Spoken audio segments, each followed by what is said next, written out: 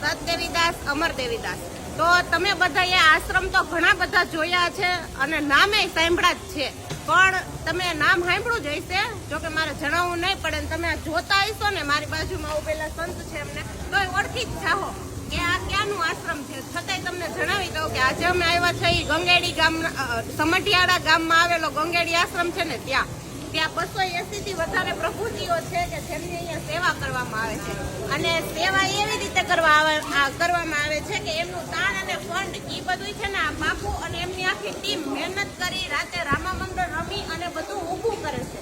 તે પછી અહીંયા જે લોકો ગરીબ હોય ને એમના માટે અહીંયા એક રાહત દરે હોસ્પિટલ બનાવવામાં આવે છે અમરમાના નામની. એનું કામ પણ અહીંયા ચાલુ જ છે, આપણે એ પણ જોઈ શકીએ છીએ. અને જે અહીંયા આવ્યા હોય એમને ખ્યાલ જ હશે ને. અત્યારે જો પ્રભુજીને જમવાનો સમય થઈ ગયો છે તો જમવાની બધી વ્યવસ્થા તમે જોઈ લો કે કેવી રીતના અહીંયા બધાને જમાડવામાં આવે છે.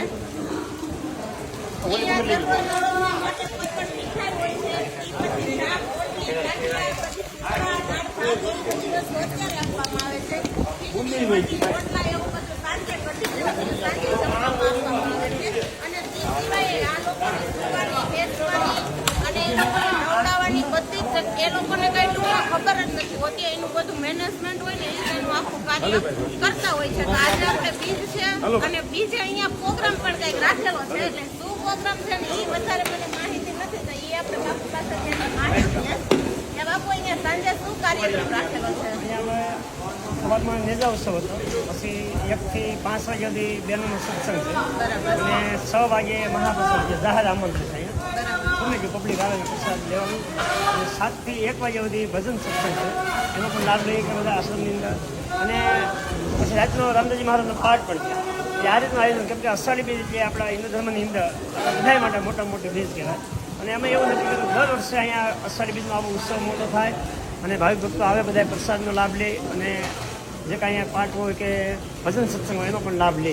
પછી એક અમે એવું નક્કી કર્યું, દિવાળી પછી સર્વજ્ઞાથી સમૂહ લગ્નનું આયોજન અમે કરવા જઈ રહ્યા છીએ. પહેલો સમૂહ લગ્ન ગંગેડી આશ્રમમાં. એમાં જે દીકરીના બાપુજી ન હોય એવા લગ્ન નોંધવાના વિના મૂલ્ય અને સર્વજ્ઞાથી સમૂહ લગ્ન. બરાબર. અહીંયા જાહેર જનતાને એક સંદેશ આપવા માંગુ છું કે એવી કોઈ પણ દીકરીઓ હોય તો એને આ જાણ કરજો, આ વિડીયોને બધું શેર કરજો. લોકો સુધી સંદેશો મૂકે અને ખ્યાલ આવે કે ગંગેડી આશ્રમમાં કેવી સેવા લેવી છે, કઈ રીતે અમે જે રામામંડળ રમી છીએ એ હની માટે રમી છીએ, આ ફક્ત સેવા માટે રમી છે. રામા મંડળ રમીને બધી જ સેવા કરવામાં આવતી આજ દિવસ સુધી. પછી એક હોસ્પિટલનું કાર્ય કર્યું અને ત્યારબાદ હવે અહીંયા આ વર્ષથી દિવાળી પછી દીકરીઓના સમૂહ લગ્ન એ પણ સર્વ જ્ઞાતિના, બધી જ જ્ઞાતિ માટેના સર્વ જ્ઞાતિના સમૂહ લગ્ન કરવામાં આવશે. પણ એમાં કે જે દીકરીના પિતા ન હોય એ દીકરીના અહીંયા સમૂહ લગ્નમાં વિના મૂલ્યે લેવામાં આવશે, કોઈ પણ જાતની ફી વગર.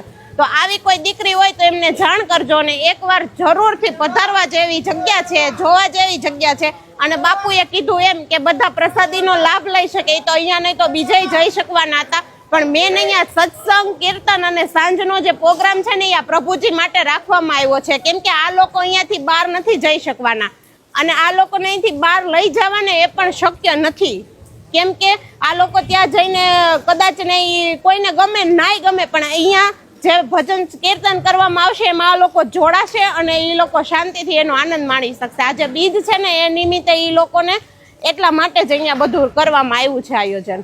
280 થી તો વધારે સંખ્યાઓ છે, 280 થી ઉપર રહેવાની વ્યવસ્થા છે. તેમ છતાં નીચે જેન્ટ્સનું રહેવાનું છે અને બહેનોએ જમીને ઉપર વયા ગયા છે પોતપોતાના રૂમમાં. અને ચોખ્ખાઈ તમે જોઈ લો ને આજનું રસોઈ કેવી રીતના બની છે એ પણ તમે જોઈ શકો છો કે પાછળ એને પીરસવામાં આવી રહ્યું છે. બધા ચોખ્ખાઈની એક વસ્તુ જોઈએ ને તો આપણા લગ્ન પ્રસંગમાં ફાડા લાપસી, આજે બીજ છે ફાડા લાપસી બનાવી, પણ એમાં ઘી જોવો, બુંદી છે, દાળ ભાત છે, શાક છે, રોટલી છે, શાક છે.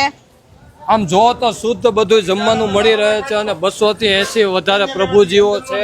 તમે એક વખત જરૂરથી આવો. મેંદરડા તાલુકાનું ગીર સમઢિયાળાના ગામના પાટિયા ગંગેડી આશ્રમ આવેલો છે, વિખ્યાત છે. કોઈને જાણ કરવાની જ ન હોય ને એટલે તમને ખબર પડી જાય ને તમને અહીંયા સુધી મૂકવા પણ આવશે. ખાલી એટલું કહેશો ને કે અમારે ગંગેડી જવું છે. તો આજે સાંજે જે અહીંયા જે ભજન કીર્તનનો ને એનો જે આયોજન કરેલું છે કે જે બાપુએ કીધું એ પ્રમાણે 7 થી રાતના 1 વાગ્યા સુધી હતું એ તો એમાંય બધાએ પધારવા મારી નમ્ર વિનંતી છે. અને એક વખત આમે મુલાકાત લ્યો અને તમારી પાસે જો એવું અઢળક ધન હોય તો થોડોક એવો દાનનો હિસ્સો જે હોસ્પિટલ બને છે ને એમાં આપો.